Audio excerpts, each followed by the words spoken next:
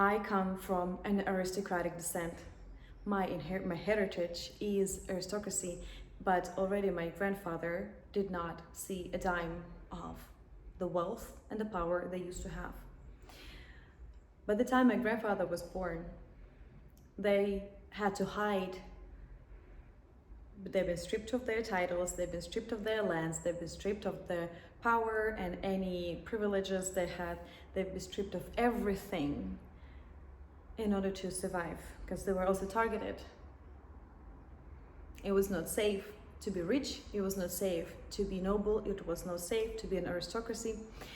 And my father grew up hungry but proud. My grandfather, hungry but proud. He lived in a tiny home, tiny house that was placed on the land, and he knew that as far as he can see, all of this used to belong to his family, but not anymore. When he went to church, he saw his last name engraved in the walls of the church, the name of his father, his grandfather, his great-grandfather, because they were the family that took care of this land, took care of this church, and the church recognized them as their Lord. And I was actually baptized in that church when I was 4 years old, and I was recognized, my grandfather was recognized by a very old priest that was very cute, because she was like, "Oh no, your nose, I remember you as a little boy." And we were all still treated with respect. But that's the inheritance I never saw. My grandfather was born into a Soviet Union regime, having to hide his heritage, having to hide who he really was. But aristocracy runs in the blood, and it runs in ways that makes you feel like you need to do something valuable with your life. Like no matter how many times they're gonna knock you down, you have to get up and keep going because you deserve it. Moving forward, fast forward to when I was born and I went off to college and I was about to graduate, 2008, my father, despite of building a business and raising his family in Soviet Union, has built a very successful business while remaining a very honest, honorable person, which honestly was a shocking, unusual duo. Because back then, I almost had this idea that if you're rich, you're probably a very bad person, because that's the example I've seen all around me. But it was very important for my father that no matter how much money we have, we always have to stay humble, we have to stay with good morals, good values, good people. So he built one of the most successful businesses in Belarus. He was probably the top of the most wealthy people in Belarus, despite the country's limitations, despite starting off in Soviet Union, where you have to be small, you have to be quiet, you have to not stand out, etc., etc., etc. And wealth was still shamed dramatically.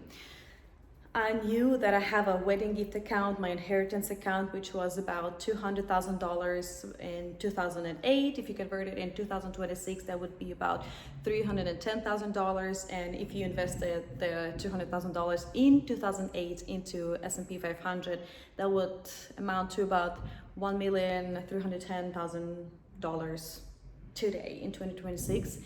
And that's the inheritance I lost. So that's my second lost inheritance. Economy collapse, all my father's businesses crumble. We have to sell all the real estate we have, other than one. My parents' mansion that was the only haven we had left. All the other apartments, investment apartments, everything else had to be sold so that our family can survive. All the money in the accounts were locked, and access to them was restricted because of the situation in the country. So yet again, I felt this pain, I felt this grief, and I felt this anger. And those are very, very normal feelings to feel in a hopeless situation. As a woman, I was raised to still look up to the elderly, respect the men of the family, respect my father, and rely on my father, rely on his grace, Well, I never had to really ask for anything. I just demanded because I was raised as a princess. So when I wanted to go study in England, it was not because my parents sent me away. No, they actually wanted to keep me close because they wanted to take good care of me. But I was like, I want to go and study in England. You have to pay for my accounts. This is the Cambridge College I want to go to. And then I went off to Buckingham University, and then I moved to America and went to Stanford. And after that, I graduated the Somatica Institute in California. And my father was very generous, and he always knew that he has to spoil me because he doesn't know how things will work out. It's as if he felt something is coming. But still, I was raised thinking that after my father will be done taking care of me, I will be married to somebody I love, who loves me back, who's going to take care of me then financially and treat me like a princess, spoil me, buy me everything that I want. Unfortunately, that didn't pan out because 2008 collapsed. We gone bankrupt. I just graduated from college, doing 2 years in a row, year after year, doing a 3-year bachelor degree in 2 years. Basically, just turned 19 years old, graduated with bleeding nose and fainting every day because I put myself through so much pressure trying to just like be an overachiever. I come back home to find out that we're fucked. We're so screwed. Like, we have no available cash to like pay for a cell phone, but we live in this mansion and we have like Dolce & Gabbana in our suitcases and like wardrobes. It was a very crazy time to live in. So then I start taking charge of my life. I get a job, I start paying our bills. Although I'm the youngest in the family, my father is trying to revive his business. My mom is rightfully so in shock and doesn't know what to do with her life because for the past so many years, my father pretty much didn't let her work, didn't want her to work because he was a very rich dude who was just like making her life easy. Even if she wanted to work, he thought it was inappropriate. So she doesn't know what to do. My father is trying to see what he can do. My sister is still finishing her last year of college, and I'm the only one with the free time and the ability to fucking save the family and the desire to do something about it. So I get a job, I get a promotion after promotion. I think in 6 months I got like 5 or 4 promotions in that company. Even though it was so hard to get a job back then in Belarus, everybody was being laid off. But I had a British degree, so I was like the fanciest, most overqualified person on the market to hire for any position. And I started paying for everybody's bills. I started to paying for everybody's cell phone, groceries, electric bills, paying for my sister's wardrobe, nails, grooming in Soviet, like in the Slavic country is very expensive. You have to do everything to always look like a princess. And I burned out really quickly. I burnt out and I realized that trying to be a man is really fucking hard. So I've been going between like, I'm making wealth out of fear, out of survival instinct, or to prove everybody that they were wrong when they told me I'm a girl and I won't be able to make it. So those are not good motivations for a woman. A woman's nervous system is running on oxytocin, and men's nervous system is running on dopamine. Dopamine is proving them wrong, putting yourself setting the goals and getting there. So after that, I decide it's time I stop trying to save everybody at the cost of my own health. And I moved to America. I built another business. I start my own life, and for a while there, I am doing a great job, but little did I know how much patriarchal messaging is embedded everywhere in the United States. It was very shocking to me because in Soviet Union countries and post-Soviet Union countries, it's not as bad because it was built on equality. Everybody had to work. Here in America, it was different. And month by month, year by year, marriage by marriage, I'm in my second marriage right now, the messaging of the patriarchy, of the nuclear family system, of the trad wife of 1950s, which are all very toxic ideas, by the way. If you don't know the science and the research behind it right now, it's all very out and clear that the nuclear family is the most toxic and healthy thing you can think of for both husband, wife, and the children. And the trad wife of 1950s had to take amphetamine during the day to have the energy to be that of what was expected of her, right? Cool, clean, let's smile, let's have a pretty dress on, preppy clothes, preppy girl, and the kids are all, not dirty. Like, what are they doing the whole day if they're not dirty? If my kid is clean in the end of the day, I'm angry at her. I'm like, you didn't have fun. You didn't dig dirt. Go climb a tree or something. Because if your dress is not ripped, if your face is not messy, there's no dirt under your nails, what, were you watching TV or something? Go in the garden, right? So, but back then the expectations were like, you have to be this perfect wife, you have to be a good girl, you have to be a good mother, and you have to always be happy and smile. That's fucking exhausting. So now we know the truth. Now we know that they had mother's little helpers, right? It can be a whole different video I can make on this topic.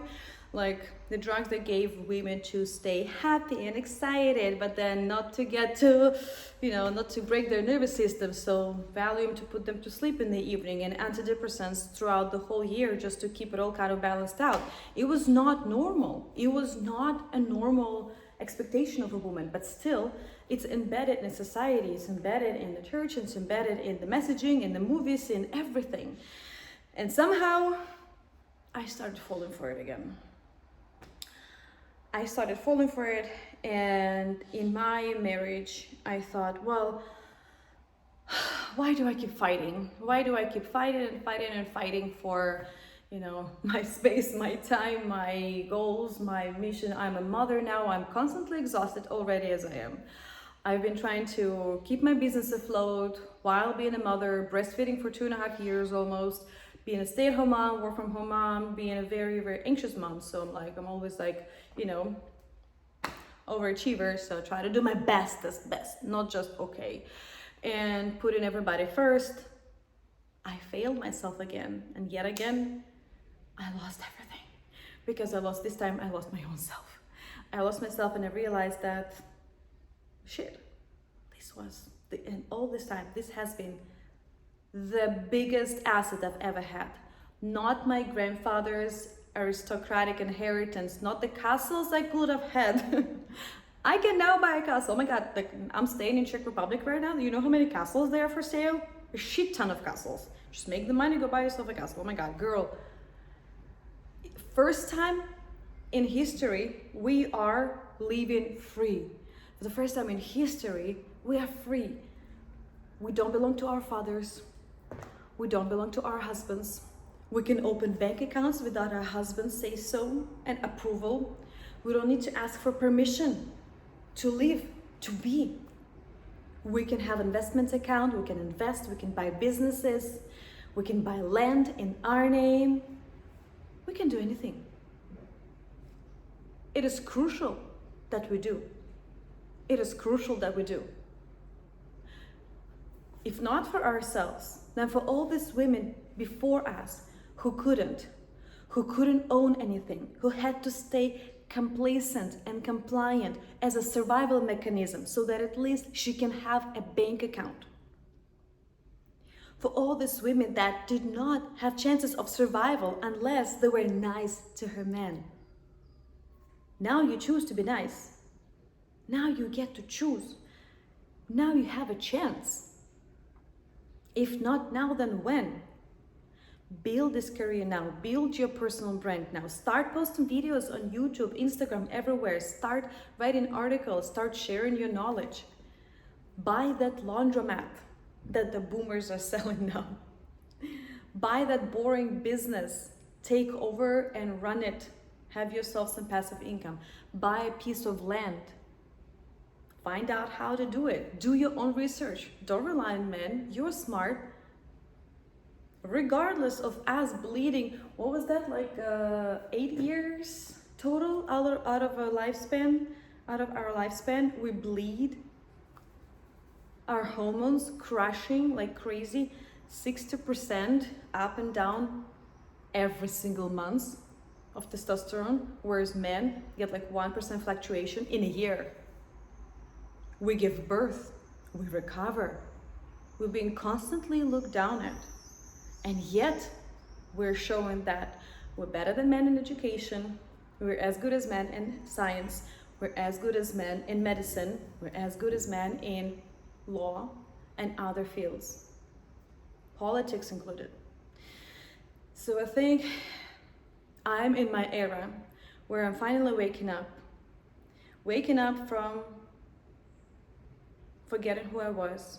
I had to do a full circle. I had to remember my aristocratic roots, which, by the way, this huge sapphire ring is pretty much the only thing I have as physical evidence and inheritance from that part of my life.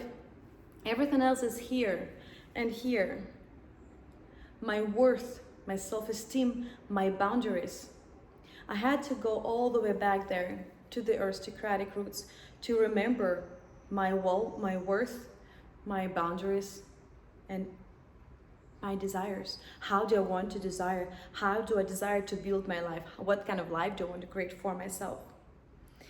Then I have to go back, go further and further and further up till today, because it is today that I have all those rights. If I was born back then with a castle, the castle will be inherited by my husband, not by me. I will have to marry somebody to keep the castle.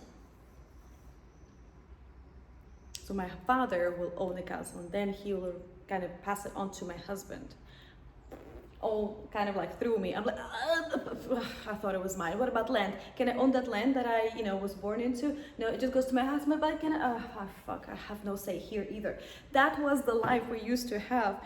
Like, what was it, like just 60 years ago that women didn't have the right to vote? How about that? We're now starting to wake up and realize that patriarchy was never built for us. It was built for their comfort, for the male comfort. Our nervous system was not studied until the 2000s. The tampons and pads were first tested with real menstrual blood in 2023? Excuse me? But yeah, let's put some carcinogens in there. Who cares if women die from a fucking tampon? Is this the world that's built for women? No, it's up to us to use the chance while we have the chance, while we have this power, to establish ourselves. Start taking accountability for our own life in our own hands. With love and respect to the good structures that are already in place, we can start adjusting the ones that don't work. So, from a woman who remembered she was an heir, to all the other women who are heirs to their bloodline. Because now, as we know, the DNA is not getting passed down from man to son. It's from a mother to her children, then from the daughter to her children. We are the original heirs. We are the original inheritance. So it's up to us to wake the fuck up and say, yes, I'm ready to take charge. I'm ready to inherit what's rightfully mine and, contribute to this world with love, respect, and kindness and make it a harmonious, blooming, blossoming world. Start with yourself.